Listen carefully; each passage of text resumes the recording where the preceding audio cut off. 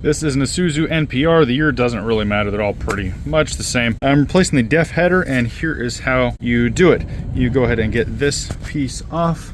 Grab a screwdriver or one of these, and it just pops right off, or at least it should. There we go. Got that off. Then go ahead and soak those with some sort of penetrant. And those are 14 millimeters, so go ahead and get those off.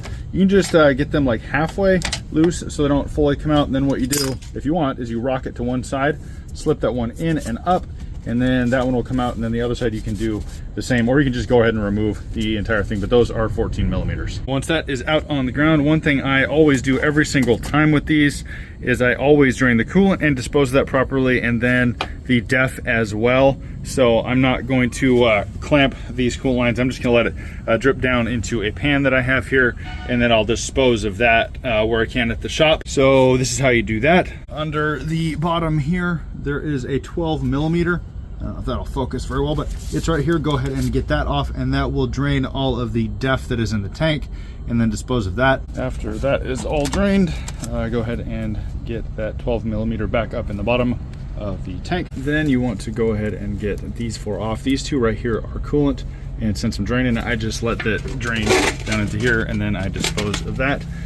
Do those, and then right here are the DEF lines. So the coolant ones you clamp and push back, and then you're gonna have to kind of wiggle them off. Sometimes they're pretty sealed, they're gummed up. You gotta get in there with a pick, try not to puncture the hose, and then push that back. You gotta kind of do both sides at the same time, which is not fun.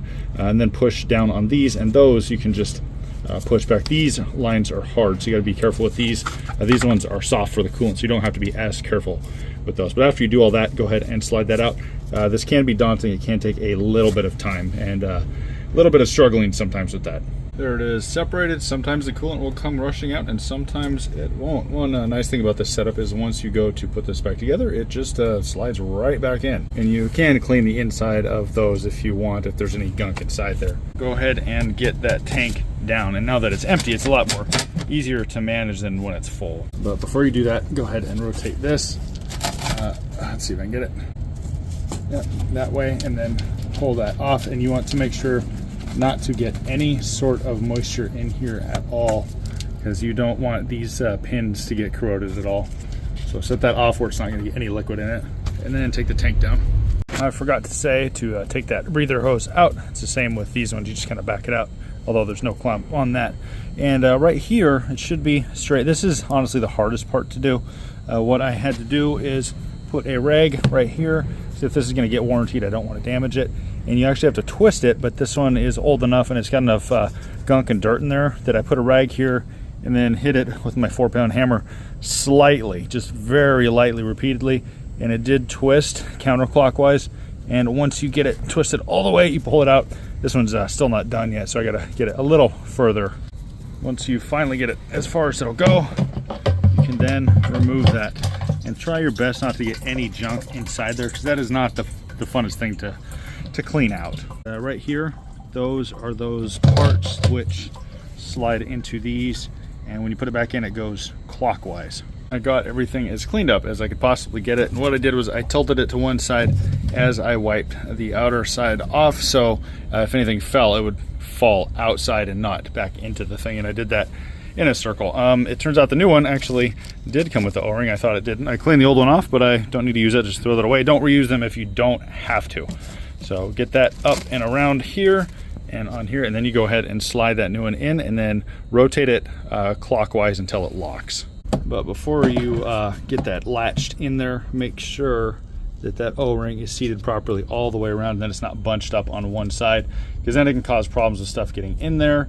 Some sort of pressure problems possibly, but you don't want junk getting in there, and it can also be harder to just close. So make sure that's seated properly, and then go ahead and turn that clockwise until it stops. That was about the toughest part of this whole ordeal. I had to put my entire body weight on it and turn, and it still didn't want to turn all the way, and I had to get my hammer and smack that a little bit, and of course I used a rag on it, so I didn't dent it up hardly at all. You really don't want to dent any of this, but I got it perfectly straight and it's secured. But that is not an easy thing, so just a heads up on that. Getting this on is actually harder than getting it off, and getting it off was not easy either. Make sure to get those clamps back to where they were before, and get these all the way seated as forward as you can.